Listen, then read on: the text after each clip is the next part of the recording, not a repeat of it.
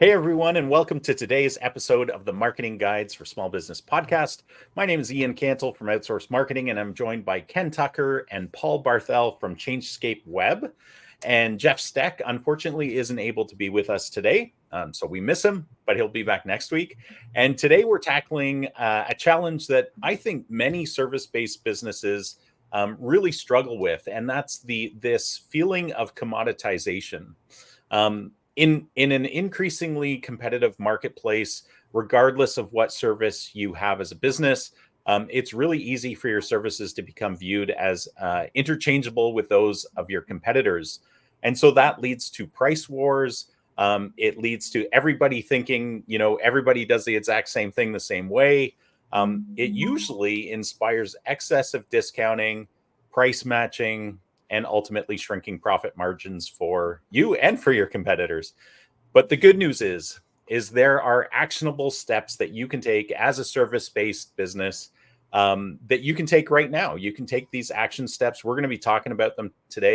And these steps help you differentiate your business and stand out from the crowd.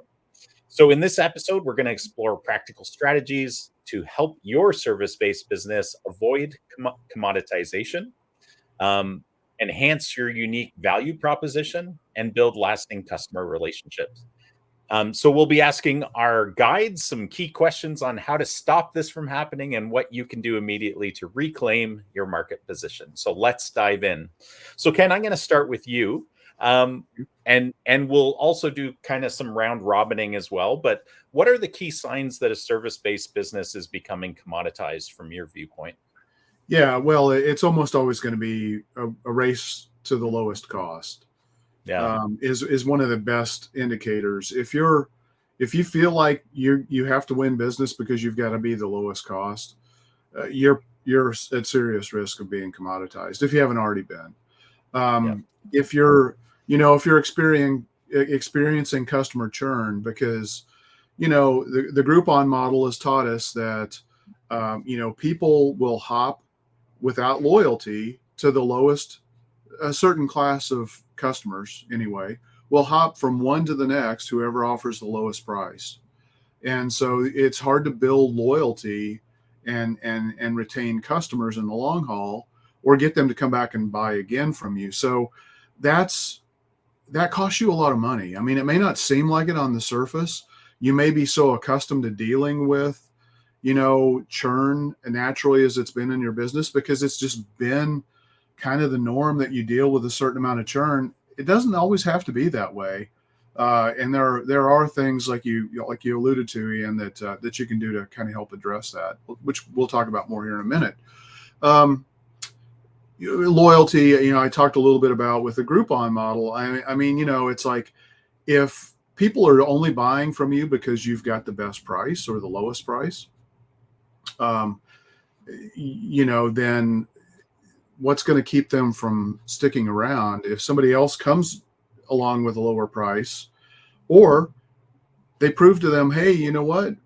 We've got a lot of really cool extra stuff that we do for not that much more. And if people don't see that as a risk of jumping, they're going to leave quicker than you can blink an eye. So you got to be really careful with that. Generic marketing. I mean, if your messaging is literally just, we'll put a roof on your house. If you're a roofer, that's probably not going to help you land your ideal clients, which means you're probably going to race to the bottom in terms of having to compete on price because people are like, okay, I guess they put roofs on houses, and that's all they really understand. Maybe you have the best technology. Maybe you've been around for 50 years, which is, just because you've been around or just because you say you have excellent customer service, that's not a differentiator. You have to provide something that's a little bit more meaningful than that because everybody says those things. And that's commoditization. When you fall into that trap, when you just use that generic stuff like that, lack of differentiation, you've got to be able to talk about why you're different and better than your competitors. And I've got some good ideas on that. And ultimately, if you're competing on price, you've got one way to make that potentially better, and that's massive volume to hope that you can overwhelm low margins by the volume of business that you're getting so that you get enough profit to make it worth your while. But that's going to put all kinds of other stressors on your business, and it's going to open your business up to a whole lot of other risks. So those are things that I think are generally what I see and what I think businesses need to make sure they keep a lookout for. Yeah. Yeah. And I think you're right. I think one of the biggest identifiers that you have a problem or a potential problem with commoditization is when you're talking to prospects, right? Prospective customers, if they're always drilling you on price, if that is the main discussion point that you're having with people, you have a serious problem, because yes, price is always part of the equation, but you need to give them a compelling reason why price isn't the main identifier or criteria in the discussion, right? Yeah. Paul, do you have any thoughts on other things that might, be bad signs that you've become commoditized? Well, it goes back some of the things that you said in the intro and some of the things that Ken said is that every small business, local business, and their competitors, when it comes to when we have this discussion about competing on price, they're all their own worst enemy. Because if you and your competitors are competing on price, you have commoditized your own business. Yep. So, Yeah. Go ahead. Go ahead, Paul. And it, like Ken said, you have to differentiate on something besides price. And we're going to talk about that later, I think. But Ian, you said price is always part of the equation, but there's other things that are a good price. If there's a lack of quality in any way, shape, or form, that's not a bargain. That's not value. Yeah. Yeah. Yeah. What was that? There used to be a really, I forget where I first heard it, but there used to be a sign that small businesses would put up. And I think it was from a book, but I can't remember if it was like a Stephen Covey book or something I first saw it in, but it was like, you can have it good, fast, or cheap. And you only get two of those options ever, as a consumer. Yeah. We'll do it for you. Good, fast, cheap, pick two. Yeah. Yeah. Yeah. I do want to point out, I mean, so you think about Walmart. Walmart historically is really pitched the lowest cost. They did that through technological and logistic breakthroughs. So they kept their margin. As a matter of fact, they probably have higher margins because of what they did than what they used to have. So you can compete on price, but it requires revolution within your business model versus what your competitors are doing to be able to pull that off. And, whether it's technology, whether it's logistics, you're talking about massive, major change to a business model that nobody else is able to do. And so you can win on price. I don't want to make that people feel like they can't, but too many small businesses don't have the resources. No small business has the resources of Walmart, to be able to change the paradigm. And that's the only way. If you can change the paradigm and price is your goal, you have a chance. Otherwise, you're a commodity and you're going to be swimming upstream. And the truth is, Ken, like for most businesses, like Walmart's, some of those behemoths are outliers, right? And they're in a different echelon than a small business as far as what you can and can't do. But right. Every smart business owner of a small business, a Fortune 500 business, they know that anytime you can increase the margins between what you're producing a product or service for and the selling price, that creates sustainability in your business. Yes, it can help your shareholders if you had those, but most small businesses don't. But the right. Truth is, your goal as a business is not to race somebody to the bottom and keep your guys busy. If you're a contractor, yes, you have to do that sometimes in bad times a little bit, but like you always have to create a sustainable business and pricing model or you're going to just crush your business.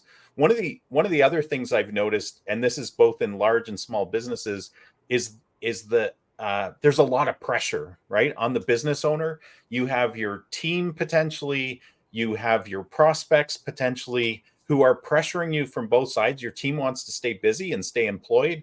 Your prospects want the best deal they can get sometimes, if that's what they're focused on.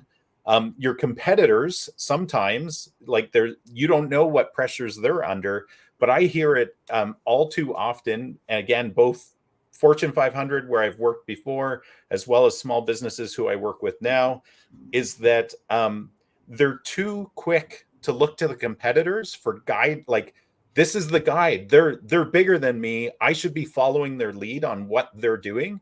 And if they're discounting, I better be doing that too. But you have no idea what's going on inside your competitor's organization that's prompting them to make that poor decision usually. So I hate to see, small business owners jump to conclusions because you're looking at it through your lens of, oh, well, they must be in the same situation I am, so I'm going to follow whatever external thing they're doing right now. And I think that can be very disastrous for businesses to follow. Yeah, especially if it's the norm. There Yeah. are all times, there's always going to be a customer that we just really want, or there's going to be a scenario like if you're first starting out in business, you may have to charge less than what you normally would want to charge to win that business, to get that referral, to It's to land that. strategic. Yeah, but it needs to be strategic, not a habit. Yeah. Yeah. Well, I Ian, love it. something you said about these pressures from different sides, it's an interesting dynamic. It might be a little bit off topic, but every employee wants to make more money, but those same people want to pay as little as possible for products and services. So you don't want to pay a premium price, but you want to make more money. That's kind of counterintuitive. Yeah. And Paul, I think that leads really well into the next question I have for you. And that's we've even my opening, I talked a little bit about differentiation, and you both have talked a little bit about that. But why is differentiation important for service-based businesses, and in particular to overcome this commoditization issue for businesses? Well, because it sets you apart. Ken was talking about roofers. We'll put a roof on your house. Okay, what makes you different? Because a lot of people, I mean, I'm not a roofer. You're not roofers. Okay, so what really goes into that? There's different technology. The shingles on your roof, that's not your roof. Your roof is the the boards underneath there. Okay, that's your roof. And then traditionally you would have basically tar paper laid over that, and then you have your shingles, and that's the inexpensive way to do it. But if you're looking at a long-term solution, a 30-year roof, there are different types of underlayments that you can use. Well, you as a roofer may realize that, but the person you're talking to doesn't. And if you don't explain that to them, they're going to go right back to price. Well, this company will do it for this much because you didn't differentiate that. You didn't say, look, this is the biggest threat to your roof is water.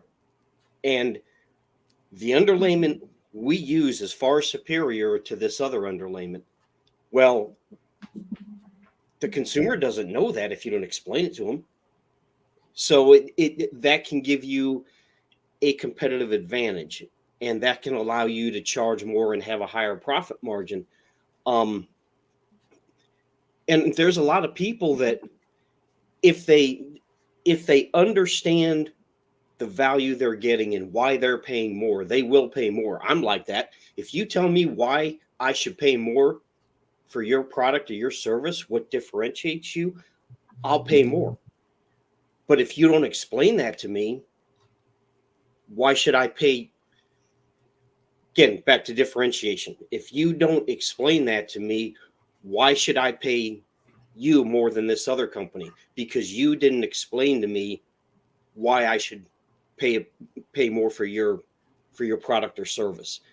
And then that can lead to customer loyalty and, following up, staying in touch with your customers, and that can lead to referrals. So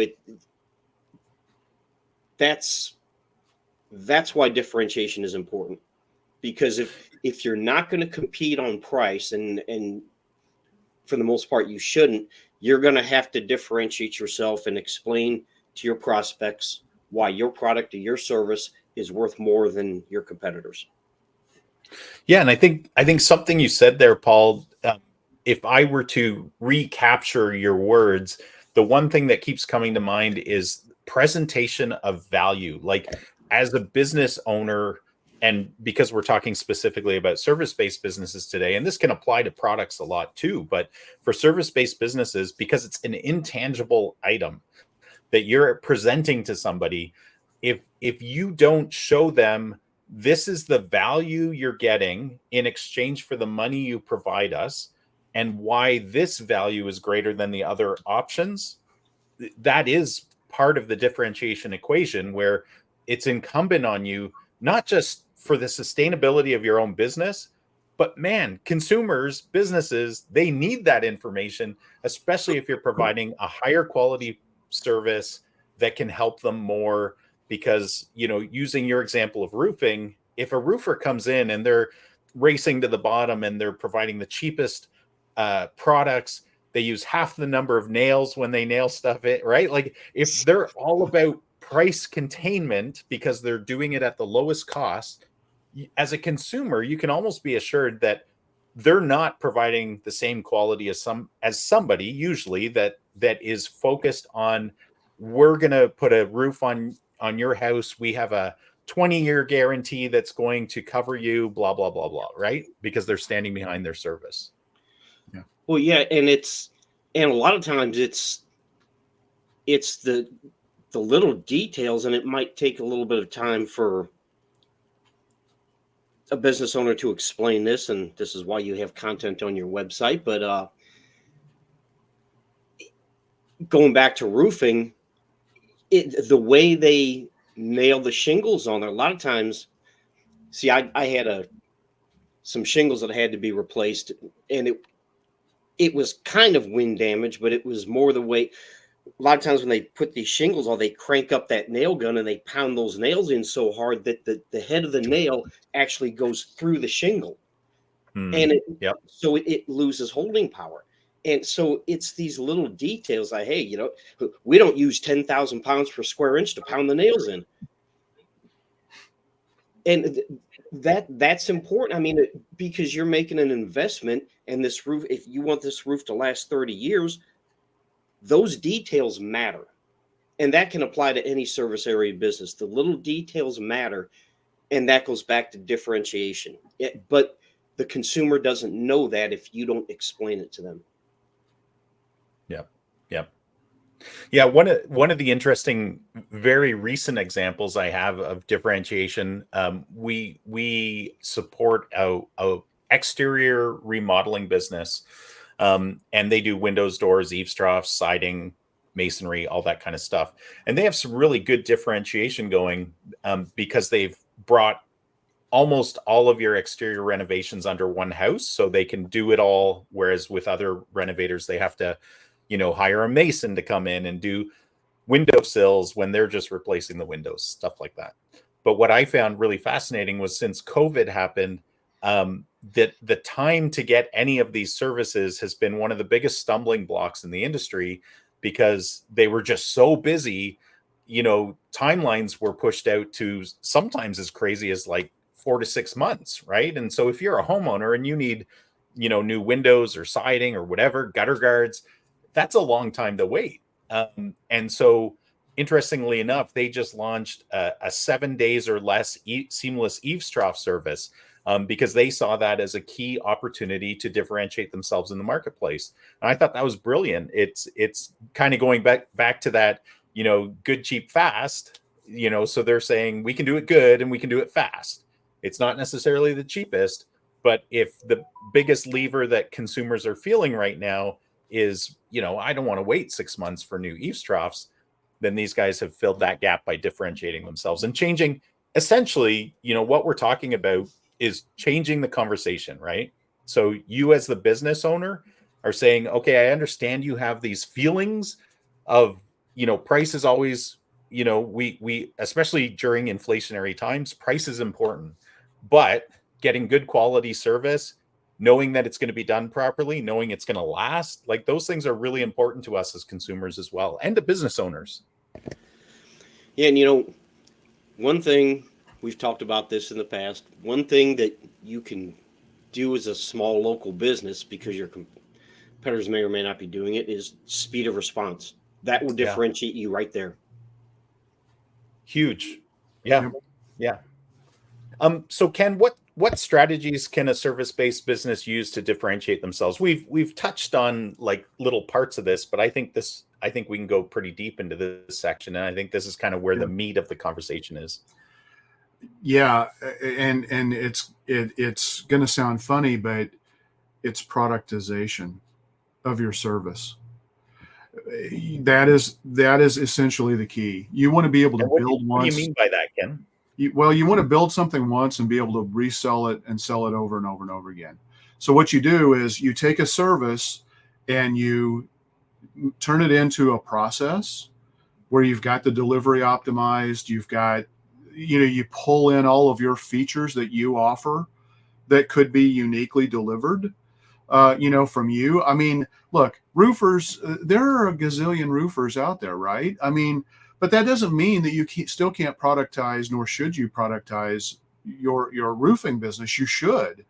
And what you do is you package, we're a roofer who uses these shingles. We do this approach. We get it done within this time frame. We make sure that, when we say we're going to be there, we're going to be there. We use magnets to make sure we pick up all the nails out of the yard, all that kind of stuff. I was thinking the same thing. Yeah. Huge. And so you create a package or a solution. You've got products, you've got services. Those are commodities. Solutions are not commodities. That's the differentiation that you're baking in. And it should be stuff that you can bake in, that you and your business uniquely can deliver. So it's absolutely critical. If you want to grow your profit margins, if you want to be able to scale your delivery of products or your services, productization is absolutely critical. And so you need to pick winners and losers. You may have something that you do maybe accounts for 50% of your business that's not very productizable, if that's a word, or maybe it's not very profitable if you do that, just because of the nature of what it is. You might want to look at investing your efforts of productization in something that's going to be much more lucrative and have a bigger return for you. And therefore, it's easier to describe the perceived value. A lot of people look, it's all about the problems that a customer has, and it's all about the language that they use and the way they think about their problems. And if they land on your website and you immediately tell them how you're solving their problem, and then you show the story of transformation about how somebody is in this state and they get to the desired state that they want to get to, you've productized your service, that's kind of like the holy grail, because your messaging is resonating. People are going to convert highly because of that. They're going to say, this is the company I want to do business with.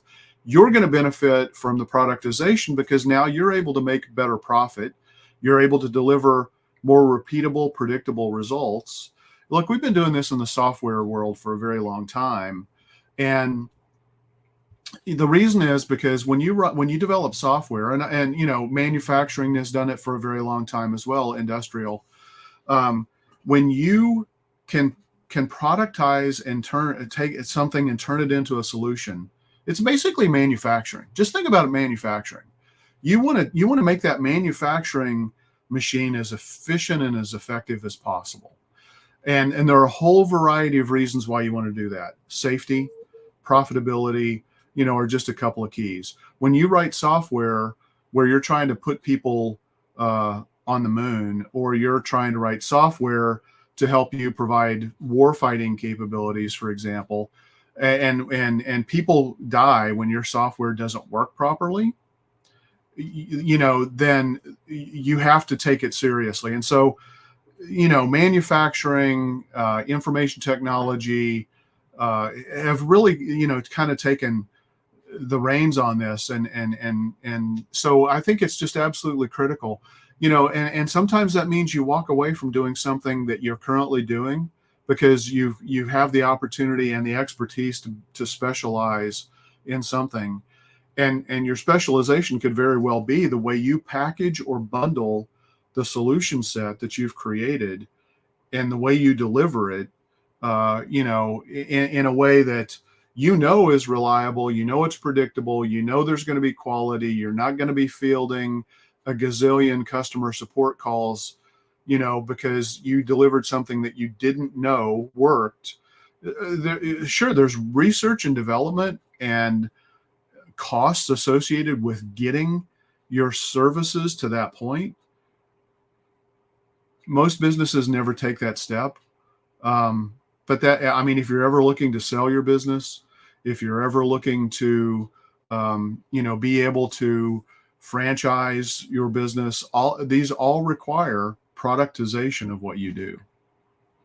And I'm going to take a step out here, Ken, and say I think you've oversimplified it, and I'm going to press you on this. And the reason because I'm thinking of some very specific circumstances where there's always opportunities within the larger business. So I'm going to set up an example, a scenario.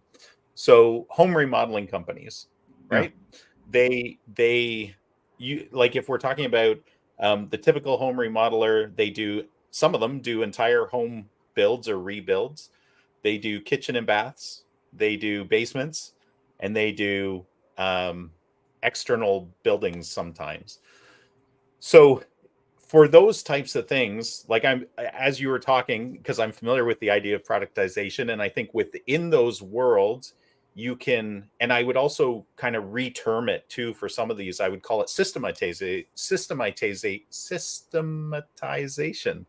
which is the internal part, but then the productization is the external presentation of what you've systematized in a bit. Hey, I can say it again. Yeah. But in that remodeling type scenario where every single project is unique, entirely different, you have a different canvas you're playing with, you have different, very highly customized, like every project is unique. How could somebody productize that, or can they? Because there's always exceptions to rules, right? I think you always can. It doesn't mean you always should, but I think you always can. So, like, one thing that comes to mind immediately is don't offer everything to everybody. Don't develop strategic alliances or partnerships with the best of breed solutions that you've got. And that's what you're going to deliver for your customer. As an example, can lights. Find a manufacturer that is trustworthy, that you get your lights from, that work, and that your team knows how to install and kick ass, right? Don't just let everything say, oh, well, I want one of these, and I want one of these, and I want one of these. I see it so many times with small businesses. They bend over backwards trying to accommodate the needs of the customer, or the desires of the customer, not necessarily the needs. And what they do is they water down their ability to deliver. And so, having that go-to set, this is the wallpaper we use, these are the sconces we use, but not only that. But we both know, like, if you've ever done a home renovation or you have remodeling contractors as your customers, that will never fly, because the hidden things, the the things in your wall panel for electricity or whatever, nobody Right. sees those, nobody cares. Right. Maybe your recessed lights, nobody cares. So yes, you can do that. But for aesthetical things, super hard. Like I would put a little line, a dotted line in the sand and just say, those are like, you're probably No. trying to productize the wrong thing unless you rejig your whole business to be bath fitters and we only do bathrooms, or but that's not always the right decision for some businesses because their And full that's, service is what attracts people. yeah, I mean, I'm glad you bring that up because that's not at all what I mean. Okay. What I do mean is standardize on the vendors that you're using. Doesn't mean you can always 100% do it, but to the extent that you can, have your go-to sources for granite. But Know how is how that those. productizing your service? You've cost saved or saved yourself some energy in your purchasing, but how does that productize it? Because we're talking about differentiation, right? How Right. does that differentiate you in the marketplace? Because you're almost giving people less options. No, I'm not saying that at all. I'm just saying you've got your go-to sources that you're going to utilize. They are known quantities in delivering the product for the renovation that you're doing. That when they install a granite countertop, when you purchase it from this particular source, it's going to be done right. You're not going to have to redo it.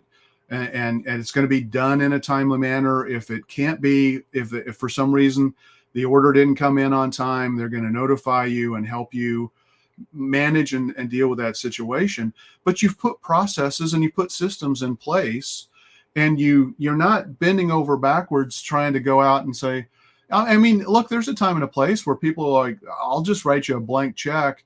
I want you to go build me the absolute coolest, most fantastic, yada, yada, yada on the face of the earth. Those don't happen very often. You could go around and shop 50 to 100 different suppliers, do this or do that. And sometimes the go-to supplier is not going to be there. So you can't always achieve a component of your productization and or your systematization, but you should try to do that. As an example, I mean, because I'm not a home remodeler, so I can't probably give you the best examples, but here's one that I think I can. I see marketers make this mistake all the time. Let the customer pick their website hosting. We'll accommodate you. You go buy your hosting plan. I don't care if it's GoDaddy or Bluehost or WP Engine or SiteGround. I don't care. You should, because they're radically different solutions. And if you want to be able to control your costs and control your quality and improve your profit margin, you should have go-to sources.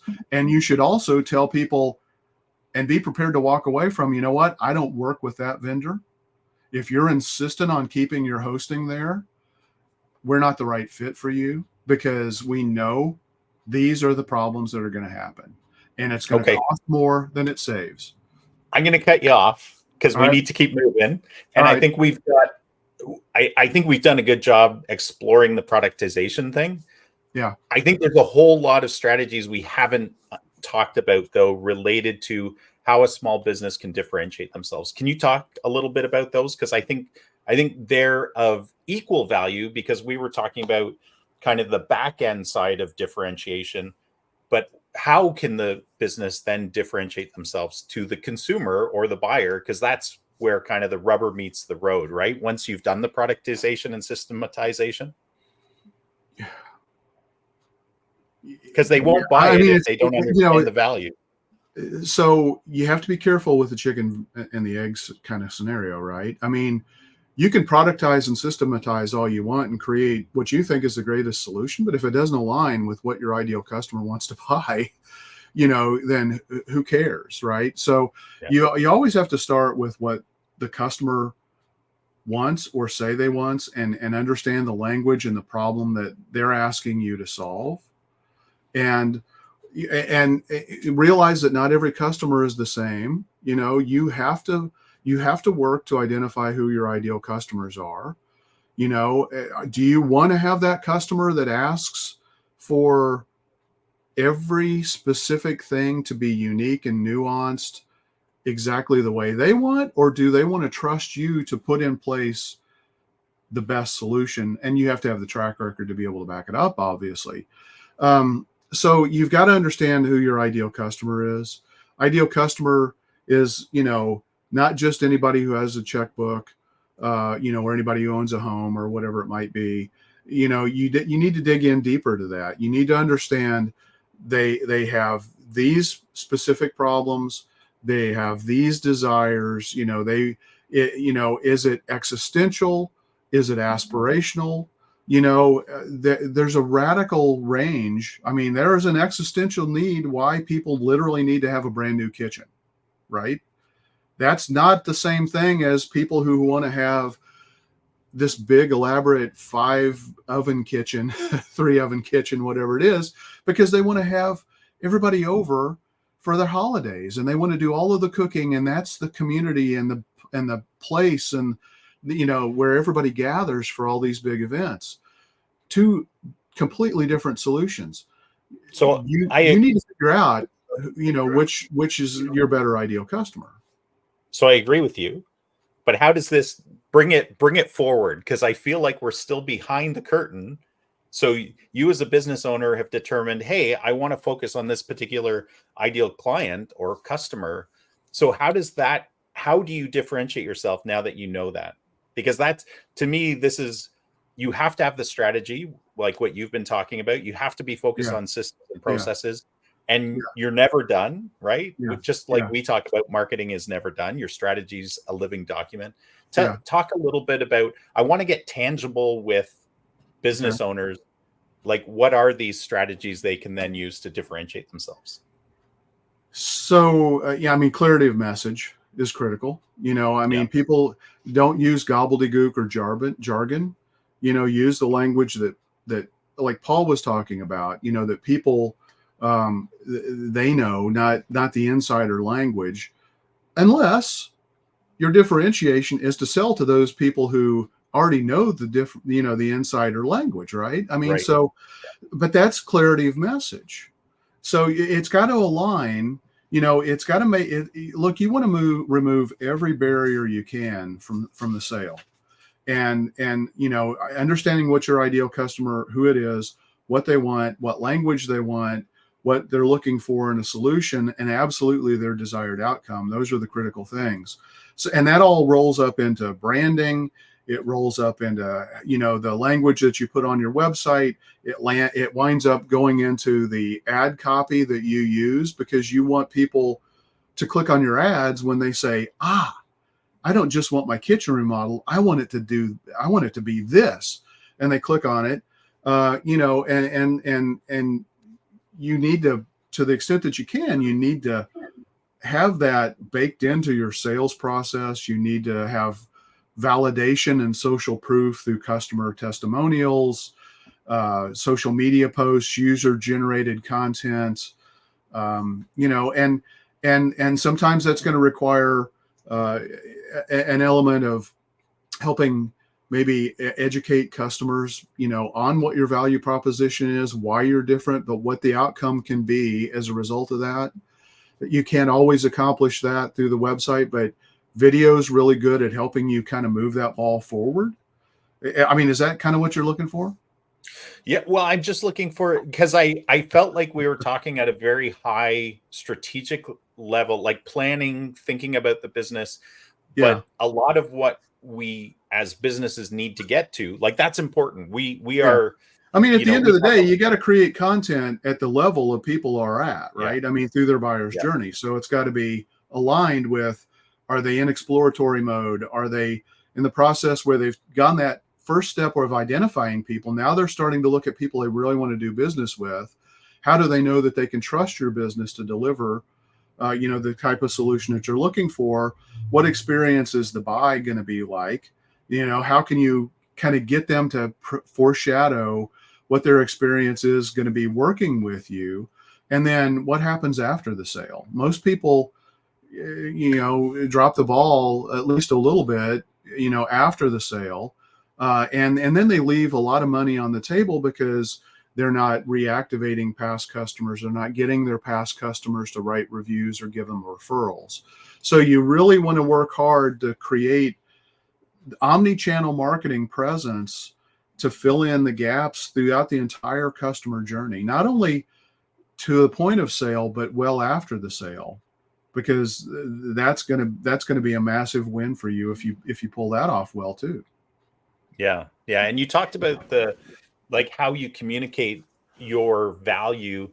Some terms that some business owners out there have probably heard is your core message, your unique value proposition, your unique sales proposition. Like, those are all essentially the same. If you get really nitpicky, you can pull them apart. But like, if you work on, okay, this is who we're trying to attract, these are the pain points that we as a business want to focus on. Like, I remember John Jantz was sharing how a tree service, they actually wrap their whole core message, their unique value proposition, around how, yes, they're excellent at their service. Like, they covered all that stuff, which are really table stakes in the tree service world, right? If you're going to chop down a tree, you have to know how to chop down a tree without destroying somebody's house. Yeah. But what they focused on was, we have we have like blowers, vacuums, we clean up your area as if we were never there. Because that's one of the biggest pain points people with trees, and I know we have trees, and like, if people chop down a tree for us and they leave shavings everywhere, and we have a dog or we have kids, like, that kind of stuff drives people crazy. And so, if you as a business think about, what are the biggest pain points my customers and prospects are dealing with, even now, from other services, or maybe even from our service, because we've reviewed the reviews that people are leaving, and maybe all of them are stellar except a few, but the few are highlighting some key pain points that customers feel in general. Like, those can be really quick, low-hanging fruit for you to start to take those things and turn them into a core message that can be very powerful. And test it, right? Test it out, see if it works. Testing and feedback loops are really important. I mean, you have to have independent verification that you're doing what you're hoping you're doing and what you're saying you're doing, and your customers are great at that. Technology can be really helpful with that too. If you're doing A/B testing, if you're running split tests to see what ad copy, like what the ad creative is outperforming the other ad creative. These are little mini experiments that you have to do to get everything dialed in, so that you optimize the delivery, the performance, drive down the cost of customer acquisition, and increase your bottom line. Those are all critical components as well. Yeah.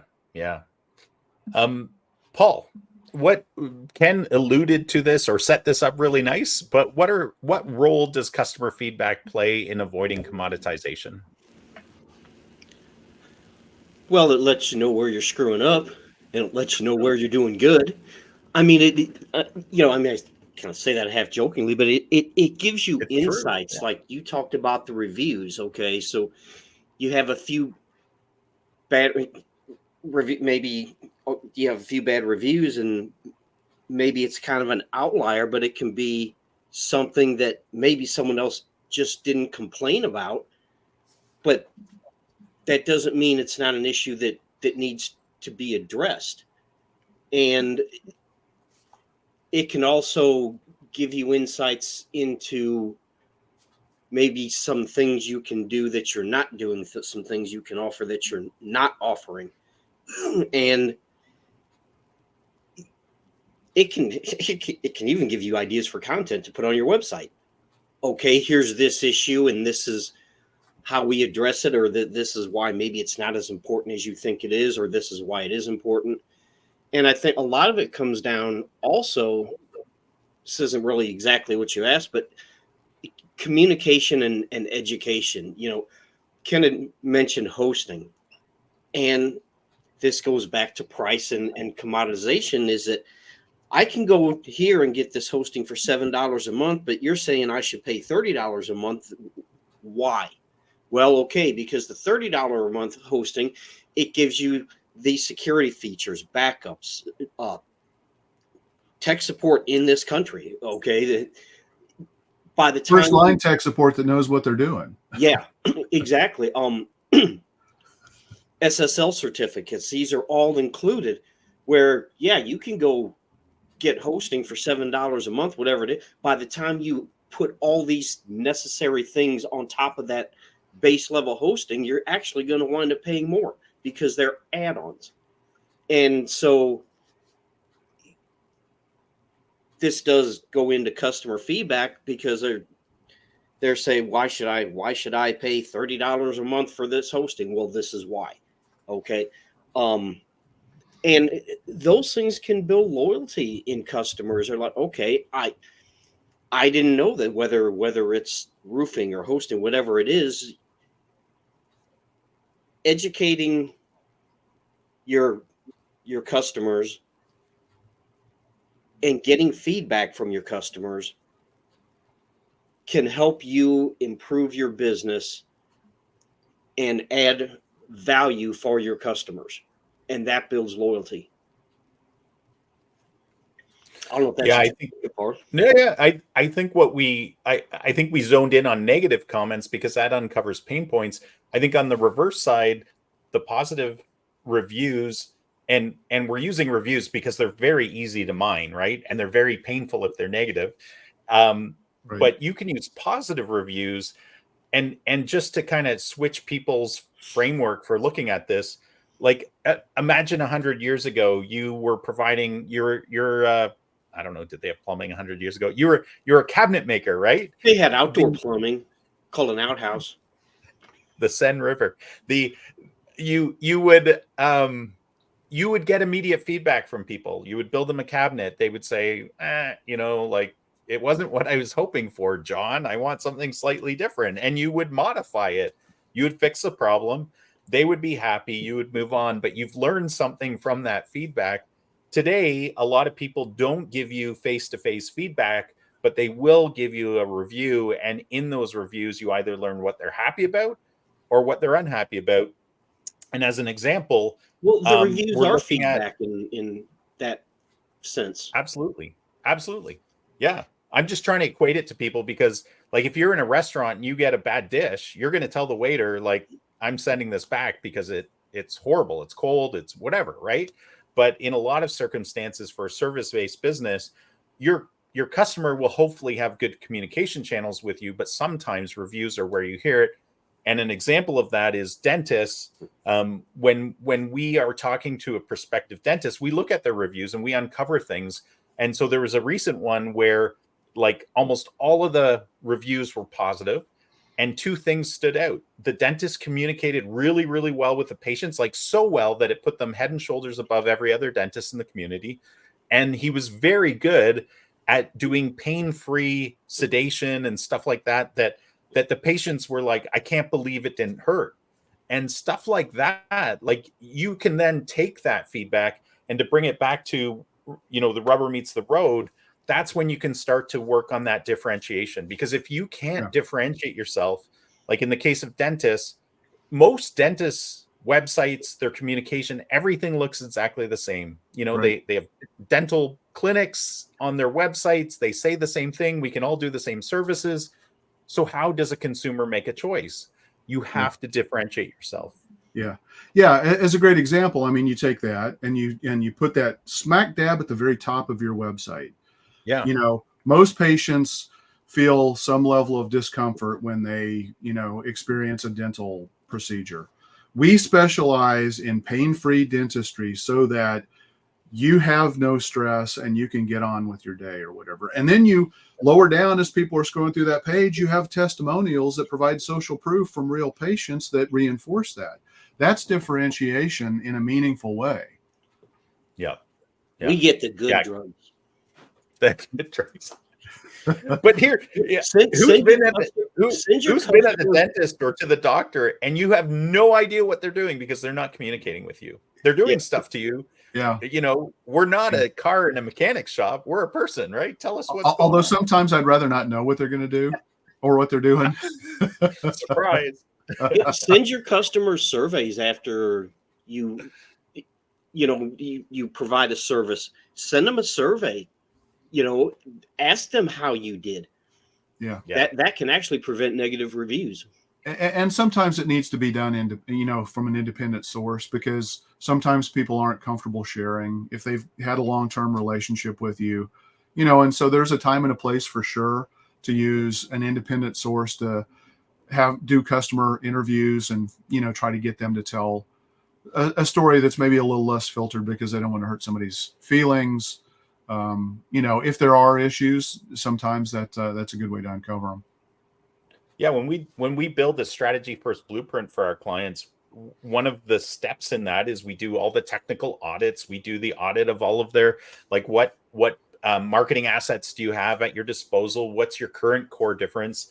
Do you need a better core difference or core differentiation? But then interviewing actual customers, interviewing partners or strategic referrers, like that kind of stuff uncovers so much gold. And if the business tried to do it themselves, you would not get nearly the good answers that we're able to draw out of people, because people get very comfortable with us. They know we're not the owner of the business, and they'll just tell us like it is. Like, it's pretty cool to have these interviews with customers and partners and referral partners, because you can really find some fabulous nuggets of gold that help you differentiate yourself. And those are and they usually align very well with reviews, right? That you've already checked, because again, it's a form of feedback. Ken, Yeah. You talked a little bit about technology, but are there some key technologies that can help your business avoid commoditization, and kind of, if there's a few that you really like that you want to Yeah. draw people's attention to, and then how do they help you avoid Yeah. commoditization? So one of the first ones is a customer relationship management system. That's going to help you keep things from falling through the cracks. One, two. Paul talked about it earlier and stole a little bit of my thunder, and that is speed of response. Speed of response. Study after study after study shows if you're the first business to respond, you increased your business, the chance of closing that business by like 70%, irregardless of price. We now know that because of Jay Baer's research, that many times, not every scenario, but many times, you can be the most expensive or the top tier of expensive, and still win the business because you were the first to respond. We live in a world where, because of COVID, it drove technological change. And if you haven't embraced that, if you aren't allowing people to automatically book time on your calendar, that's the way people want to work. They don't want to talk to a human to get an appointment set up. They just want to go do it on when they know that they're going to be available. They don't want to get back into these elaborate email discussions or even phone call discussions. They just want to go pick the time that they see from your calendar when you're available. Yeah, that works for me. Having conversations on your website. There are a couple of different technologies that are there. There's a chat technology, which could be a live chat monitored kind of a thing. There's AI response technology that can be great. At a minimum, though, you want to give people the ability to communicate. I think text is the best because it allows you to take the conversation offline after people leave your website, whereas chat is only while they're on your website. Having a business SMS solution gives you the ability to continue that conversation after they leave their website. That's critical. And, having the right CRM in place will give you those capabilities. So that's number one. Number two is, look at analytics tools that you've got, whether it's Google Analytics for your website, whether it's, Facebook analytics for your ad campaigns. Look at key metrics and key performance indicators to see, Facebook ads is really fascinating because you can pick what you think is the best creative, the coolest picture, because pictures usually work really well on Facebook and Facebook ads.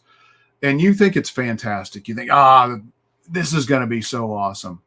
And if you have, 3 or 4 other pictures that you're testing, you usually find out, that's not the one that's resonating with people and getting the clicks in the most cost-effective way. And so you could spend a lot of money and waste a lot of money on advertising because your messaging is off. It could be due to the creative. It could be due to the ad copy, to the headline. to the experience after they click, where they go on the landing page. You've got to test, and you're just poking holes in your own bucket if you're not doing that and allowing a bunch of leaky leads, which you're paying a lot of money for already. So, and that all hits your bottom line, right? I mean, it all impacts your profitability, and maybe even jades your opinion about which are the most effective marketing channels that you're deploying in an omni-channel approach. So, so those are some things that I would look at. Again, I think you want to look at tools that will allow you to have levels of scale, whether that's using an email marketing solution that allows you to have beautiful templates that, make it easy for customers to unsubscribe if they need to, but have links out to your socials, visually appealing, that you can just use, and whether it's just a templatization of things, or it's actually templatization plus automation and workflows to drive that. There's opportunity for scale with technology that's available today. Yeah, and I would push our listeners to take what they just heard from you, because you gave really good answers there, but switch it around. Like, how is this going to help me differentiate my business? So, when you were talking about speed of response, well, this is going to help me differentiate my business, because most roofers, most dentists, whatever it is, most people in my industry, in my territory, do not respond quickly. So that's Right. a point of differentiation. That's And right. we can expand that. Right. So technology in itself doesn't usually differentiate you at all. It equips you to then leverage that, use it as a lever in people's minds and say, this is how we do it. And then, like CRM systems, how does that differentiate us? Well, one of it is the omni-channel approach you talked, because we're always available no matter where you try to reach us. But Yeah. also, like, where most businesses try to leverage CRM systems is the continuity of, you are a person. We know who you are because you've talked to, if you're a big enough business and have multiple people involved, you talk to Jane. And when you were talking to Jane, you expressed this, and we understand that. And so when Bob's talking to you now, he's going to talk to you not like you're a brand new face or person or number. You are this person who spoke to Jane. We understand the problem. Here's our solution, right? It's a technology that can equip you as a business to better serve customers. But that linkage between those things is really important for a business to understand. The technology doesn't solve your problem. It doesn't differentiate you. It's how you then take that solution, that thing that's made you better at what you do in the eyes of your customers, to then differentiate your business in their eyes. And technology done wrong can get you in trouble faster. Yeah. So we've watched that with chatbots, right? Yeah, absolutely. I mean, I'm working on a presentation right now about AI, and one of the points is, AI can help you find problems faster, which can be a good thing, but it can also cause problems faster than ever before as well, which can be a very bad thing, and even have legal and financial consequences if you're looking at some of the most recent court rulings. So yeah, I mean, technology is only as good as the hands and the minds that are guiding it. Yeah, and I just wanted to bring it back because our no, that's great. I'm glad you did. Commoditization, right? So I want to make sure our listeners hear that because sometimes we get shiny object syndrome because we're focused on a tool rather than the solution to the problem. And in this case, the solution to the problem isn't the tool; it's the how you differentiate yourself using a tool, perhaps. Right. Yeah. Any last thoughts, guys? I don't need no CRM. No, actually, we talk about CRMs and how important they are, but you have to use them. That you can have a solution, but if you don't implement that solution, it doesn't help you. Like workflows, can be great ways to set the expectations of a customer, like for onboarding. You know, if like let's just take a painter. If you had a workflow when somebody booked an appointment or finalized a job, and then you say, okay, here's what to do, here's how to prepare before we come on site, here's what to expect, here's a picture of our crew leader. When they show up at your door, you're going to know who they are, you're going to know that they're a legitimate person that you're comfortable letting into your house. Here's their picture, here's their bio. I mean, there are a lot of things that you can do, and that's differentiation. If your competitors aren't doing anything like that, people are like, wow, that's pretty cool. So, technology and CRM specifically are fantastic for that, if you're using workflows and automations. And right now, it's the Wild West. There's massive opportunities for many different types of businesses to take advantage of the technology that's out there. And it like I said, it gives you the capability to bake in the productization and the systematization. I'm glad you brought that up, the difference between product versus system.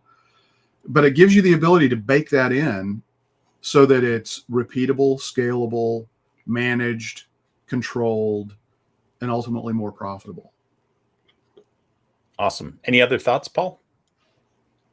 No, just that, and we've talked about on other podcasts, that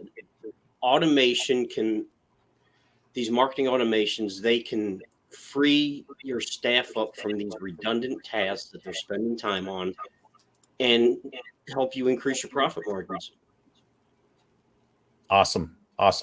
Well, guys, this has been great. Just to recap for our listeners, some things we talked about today were what is commoditization, and how you might be signs that you might be falling into commoditization as a trap, why you need to differentiate your business. And that's actually one of the really big key takeaways I want businesses to take away, that regardless of everything else we talked about today, differentiation, your core difference is actually the biggest thing you should take away. That if you can't look at yourself and the competitors and see a difference in how you're communicating and effectively communicate that to your prospective customers and your existing customers, you are becoming a commodity, and you will not be able to leverage these superpowers of differentiation to help your business get out of that.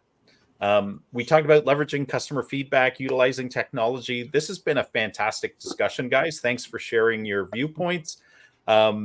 And I encourage our listeners, our viewers, to subscribe, to rate us, to review us, to share us with your colleagues, friends, families, dogs, cats, frogs, all that kind of stuff.